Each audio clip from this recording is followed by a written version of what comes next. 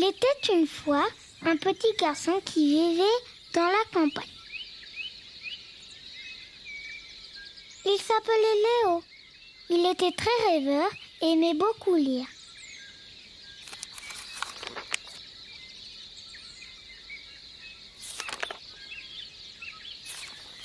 Tous les matins, tandis que le soleil se levait, à peine il entendait le chant du coq de la ferme voisine. Il se réveillait.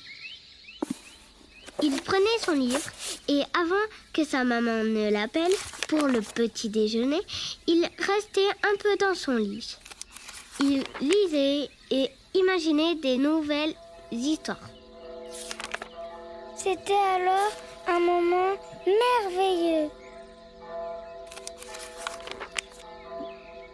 Ce matin-là, il était en train de voyager dans sa tête avec l'histoire d'un prince et son cheval. Léo n'avait pas encore découvert le nom du cheval. Alors, il l'appela Caramel. Caramel comme celui de leur voisin, qui était à l'écurie. Caramel était son ami. Un jour où il faisait très froid, Léo tremblait. Caramel avait enroulé sa queue autour de Léo pour le réchauffer.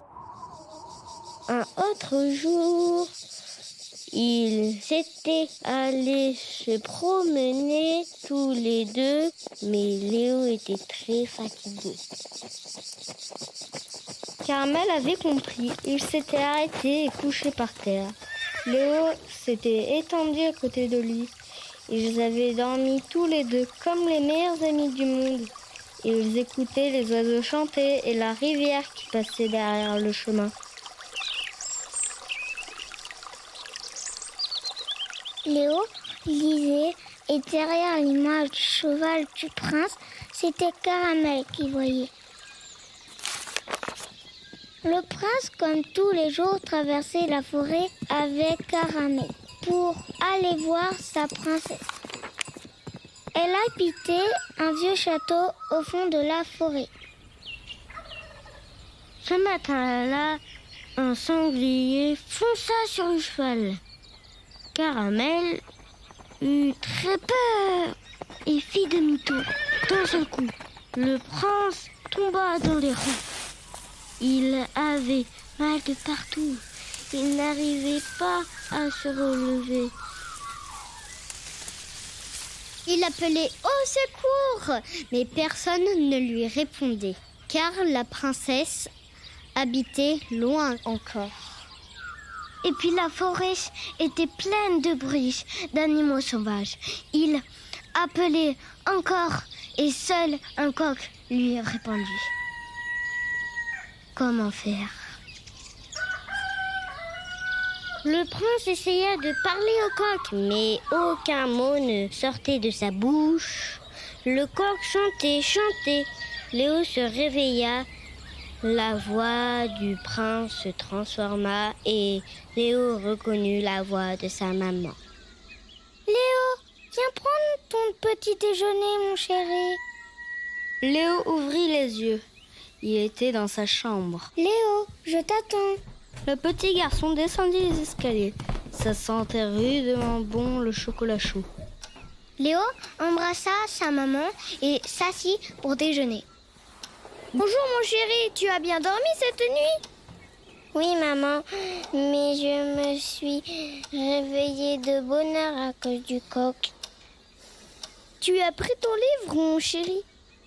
Oui, j'ai pris mon livre qui parle de Caramel. C'est bien mon chéri. Maman?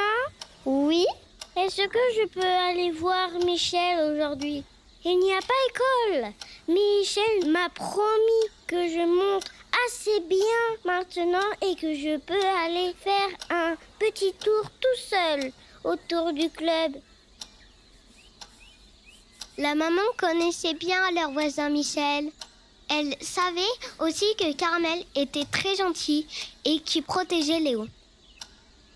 C'était même assez incroyable leur amitié. Elle dit oui à Léo à condition qu'il demande poliment la permission à Michel. Le petit garçon montait depuis longtemps à cheval. Il avait appris sur Caramel, justement. Il savait à peine marcher que déjà il partait au pas sur Caramel.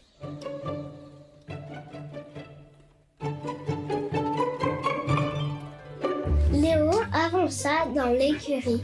Caramel le regardait arriver. Il hennissait à chaque fois qu'il le voyait. Léo était heureux. Salut Caramel, on peut aller faire une balade tous les deux dans la forêt? Caramel le regardait avec ses grands yeux marrons. Léo savait ce que cela voulait dire. Cela voulait dire: Bien sûr, j'aime bien me promener quand tu es sur mon dos. tiens, avant de partir, je te donne une carotte. Caramel mange la friandise et c'est parti pour une nouvelle aventure.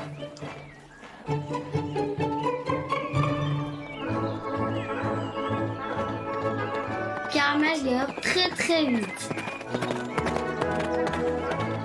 Un gros renard traverse le sentier. Aïe aïe aïe, c'est l'accident. Léo tombe. Caramel est affolé. Il n'oublie pas son ami. Caramel se baisse, met sa tête sous le corps de Léo pour le soulever et le glisse sur son dos.